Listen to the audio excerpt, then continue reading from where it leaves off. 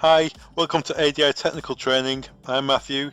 Today I'm in our technical lab at our UK hub in Chadderton, Manchester. Okay, let's get started.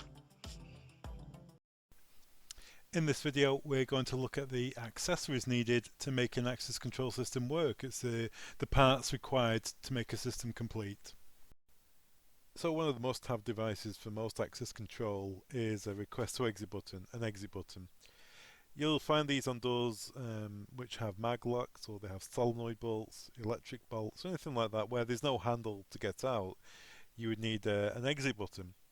By far the most popular legacy would be a green dome exit button. So here's one here. This is the popular one. In fact, this particular one, I remember installing these maybe 30 years ago now. It's a very reliable device. It's very tactile and easy to use. It's high impact, so it can take a good bit of abuse. The back plates on them are typically made of stainless steel, so they're easy to clean and maintain. Um, Bearing in mind with the recent pandemic, people are a bit cautious about using devices you touch. So we have one here, the W Box one for instance, which is no touch. Simply wave your hand in front of the device and it will unlock the door. It sends a command to the controller to unlock the door. As you can see with this one, there's a legend on there showing that it's an exit button to get out the door. Most of these exit buttons are finished in stainless steel. Some of them, like this one from RGL, some of them are stainless steel, but the back box, the green bezel there, is a green to highlight that it is an exit device to get through the door. Other devices, such as this one, another one from CDV, would be the active push buttons. Now, as you can see there, it's push to open, and these would be used for. They could be used as an exit button, or they could be used on doors where you have automation, where the door opens and closes automatically with a door operator, and that would be the type of application you would use that in. Also, RGL have a couple. There's one from RGL, this one here, which is a high impact IP65 button. And RGL aren't the only ones who do them. You have them from vendors such as 3E as well. There's one in case. The legend is printed around the button, so it's easy to operate and easy to understand its application. Another accessory would be key switches. Key switch is a device that you'd put outside of a door, and it's a safety device really. It's there that if the access control system malfunctions or locks people out, you can have a switch which overrides the locking device and lets you through. It mainly works on fail-safe devices like maglocks and solenoid bolts. We do quite a few brands of them, but in essence they all do the same job, whether they're flush or surface, whether they're a specialist finish like this one here from KAC, which is in the style of a green coil point, so it could be used on applications where only authorised people can unlock the door in the case of an emergency. Other ones are single gang, so they're light switch sized, such as this one here from CDVI.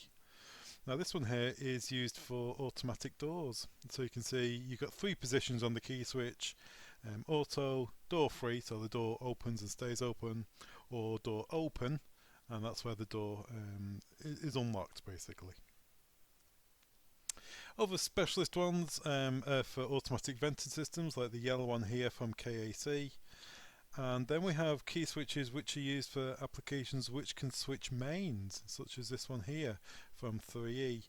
It can be used for an access control system because it has a key which is a little bit more higher security than a standard key switch, and it can switch mains as well, so you could use it on applications where you've got roller shutters perhaps. But they're the main uses for key switches.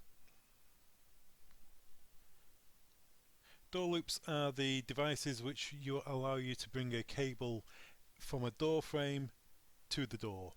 So if you're mounting, say, a lock release on the door, so you've got a double set of doors, and the lock release has to go onto one of those leaves, you would need to bring the cable from the door frame onto the door, and that's where a door loop comes in handy.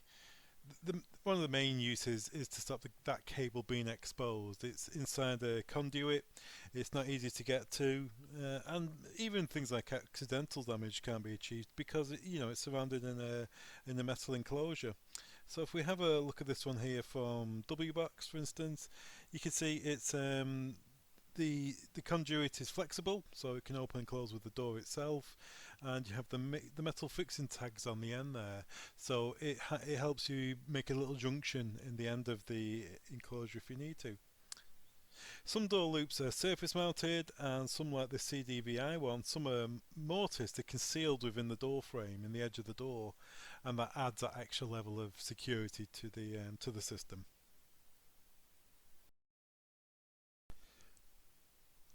And finally, in accessories, one of the most important things about access control is keeping people out, is controlling how they get in.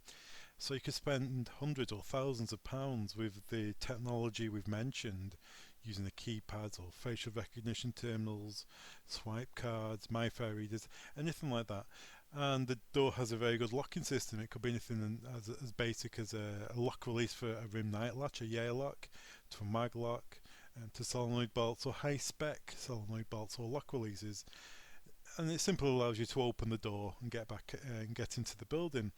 The single most important thing is that the door is shut. If the door doesn't shut behind somebody, what is the point of all that access control? And that's where a door closer comes in very, very handy, and it's a prerequisite for access control, is that the door shuts behind you. So we do quite a few door closers. I would expect it could take quite some time for me to explain the differences between door closers, but in essence you want one which it allows for all sizes. A size of a door is anywhere between size 1 and size 5. That's the weight of the door. A typical door is 44 kilos, so typically a door would be a size 3 or 4. So let's have a look at this one here from Dormer, the TS83. Again, I've mentioned how long ago it was I was as a locksmith. It was almost 35 years ago since I started. And this type of closer here was a very popular one, the Dormer TS73. It's still a popular door closer. Basically, it sits on the top of the door and it just shuts the door behind you. Now, there are quite a few different ones out there. Maybe you've got an internal door which isn't a fire door, isn't a solid door, it's a hollow door, and in that case you can look at something like the Briton 121, which is an equally adequate door closer for most doors. It's a size 3, so that will do hollow doors, or it will do doors which have a hollow in lining, maybe an FD 30 door, a light fire door. But as I say, the most important thing is the door closes behind you. Within the access control range, we do have automatic door closers as well. We have the most popular one we deal with here, the Briton 996. Now this is actually a fire door closer to connect to a fire alarm. So it still operates as a door closer, so when you open the door it closes behind you. But what you can do with one such as this, a door retainer, what you can do is you can open the door to a preset distance, maybe 90 or 110 degrees, so the door opens completely inwards. There's a magnetic holder inside that door closer, and that will keep the door open, so allowing free passage through the door. In the event of a fire though, the command is sent from the fire system through to that electrical lead there, and that will unlock the magnet inside the door closer and allow the door to shut.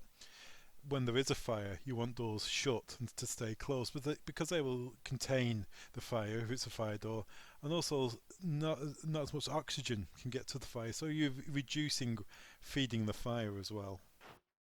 Installers rely on ADI. The ADI projects and technical teams offer a pre-configuration service. Any project size, from a single device or to a complex system. Any IP device can be configured from our central hub using our technical and projects teams. Having your device pre-configured will save engineers time on site.